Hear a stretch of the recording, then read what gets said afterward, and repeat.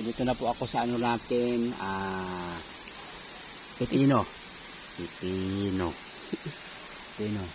So yan, mag-aano ako, popron sa aking pipino.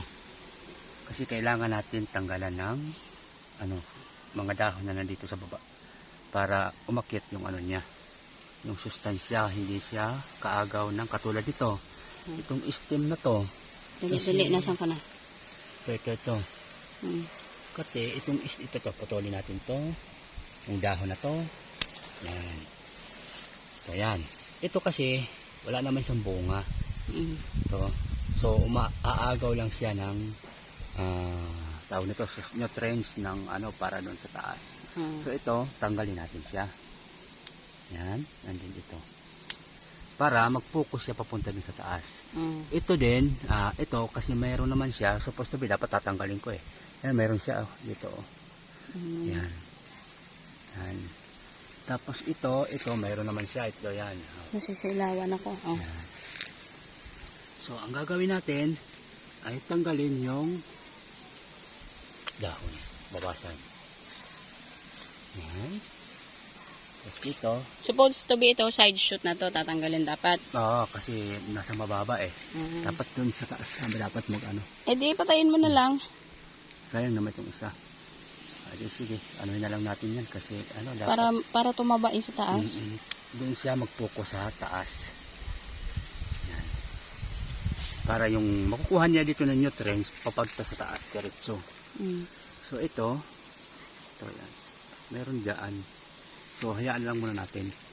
Baluktot nga eh. Deform nga eh. Pero sayang naman kung ano lang natin. Ito, meron naman siya dito. Yan. Yung lang. Ito. Tanggalin natin. Ito.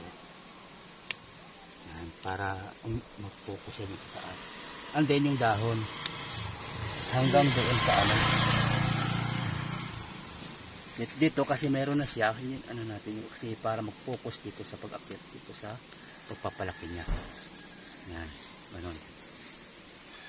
Ito, mayroon dyan. Patuloy din natin ito. Yung dahon niya. Pero supposed to be, hanggang saan dapat tanggalin yung side shoots? Dapat dito itong mga to, matanggal yan para dito lang sa taas mag-focus. Kaya lang, since na meron naman siya, sayang naman. Pag So, ito, yung isa, yan. Yan ito. Puntar, meron na siya doon. Maakit na sila eh. Yung lang, dahon lang ang kailangan natin bawas-bawasan ng para hindi lahat dito mag-focus ng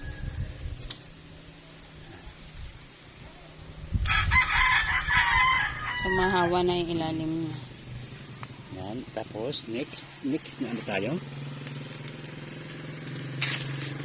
Ano to? Ito, wala naman to. Tanggalin natin. Yan, para magdiretso siya dito. Yan. Meron pala. Ulit pa naman? Bagay diretso. Maganda naman itsura niya eh. Sayang naman, tanggalin natin. Ngayon, next, dito naman tayo sa iba dito.